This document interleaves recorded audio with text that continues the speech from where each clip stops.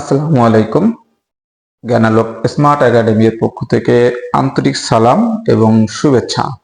আজকে আমরা জানব নবম এবং দশম শ্রেণীর তৃতীয় অধ্যায়, যেটাকে আমরা বীজগণিতীয় রাশি বলি। এর 5টি বিভাগ আছে, 5টি পাঠ আছে, 5টি অনুশীলনী আছে। তার একটি অনুশীলনী হচ্ছে 3.1, যেটা বর্গ সম্পর্কিত। এখানে আমরা অনলি 7টা সূত্র লেখার চেষ্টা করেছি। অনলি এই 7টা সূত্র দিয়ে অল 3.1 এর যত অঙ্ক আছে, সৃজনশীল হোক, এমসিকিউ হোক, কিংবা হচ্ছে সংক্ষিপ্ত প্রশ্ন হোক, সকল অঙ্কগুলো আমরা এই 7টা সূত্রের মাধ্যমেই সমাধান করতে পারবো। এখন আমরা দেখি এই সূত্রগুলো কখন, কোথায় আর কিভাবে আমরা ব্যবহার করব, একটু আমরা জানার চেষ্টা করি। প্রথমে আমরা লিখেছি যে a plus B whole square, এর দুইটা সূত্র আছে। একটি হলো a square plus 2ab plus B square, আর একটি সূত্র হলো যে a minus B whole square plus 4ab। এই হচ্ছে দুইটা সূত্র।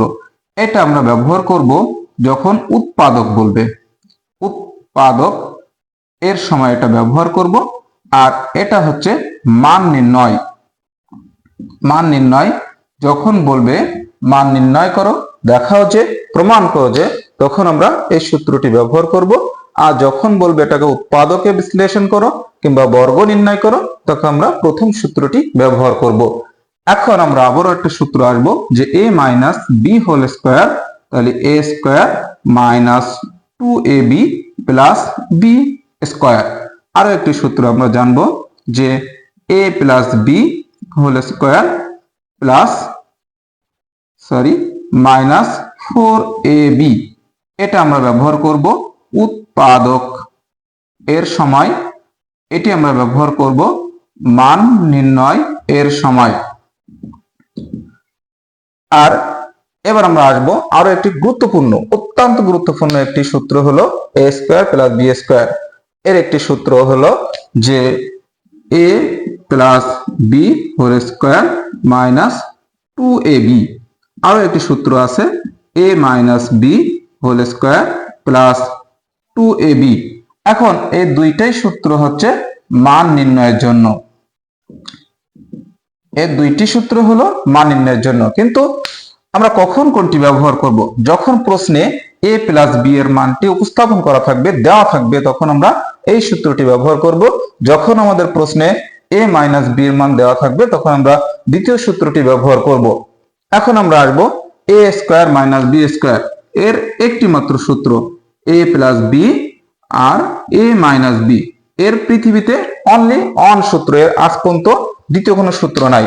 এখন আমরা এটি মান নির্ণয় বলুক, উৎপাদক বলুক, যে কোনো ক্ষেত্রে এর আমরা একটি মাত্র সূত্র ব্যবহার করব।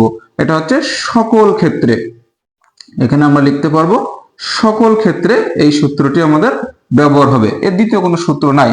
মান নির্ণয় বললি, উৎপাদক বললে, কিংবা যে কোনো ক্ষেত্রে আমরা এর একটাই সূত্র a plus B into a minus B.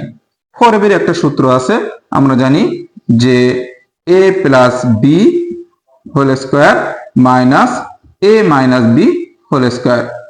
এর একটি মাত্র সূত্র, এটাও সকল ক্ষেত্রে ব্যবহার হবে। এখন আমরা a b এর সূত্রটি আমরা জানার চেষ্টা করব। a প্লাস বি বাই হলো 2, এটা হচ্ছে whole square minus a minus B by হলো 2 হোল স্কয়ার। এটাও আমরা সকল ক্ষেত্রে, যখন যেটা বলবে সকল ক্ষেত্রে আমরা এটি ব্যবহার করতে পারবো। এখন আমরা আরো একটি গুরুত্বপূর্ণ শিখবো, যেটা হচ্ছে এত সময় আমরা জেনেছি যে দুইটা পদ কিংবা দুইটা চলকের সূত্র, কিন্তু এখানে আছে আমাদের তিনটা চলক। তিনটা চলকের সূত্র আমাদের মাঝে মাঝে আসে, কিন্তু এই 6টি অত্যন্ত গুরুত্বপূর্ণ।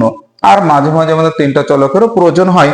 সেক্ষেত্রে আমরা এটা জানার চেষ্টা করি যে a square plus B square plus C square plus 2ab plus 2bc plus 2ca, এটা আমরা সকল ক্ষেত্রে ব্যবহার করতে পারবো। এটা এখন যদি আমাদের এটা ঘুরিয়ে আসে, যে আমাদের বলল যে এইটা সূত্র বের করতে, তাহলে আমরা লিখতে পারবো a square plus B square plus C square.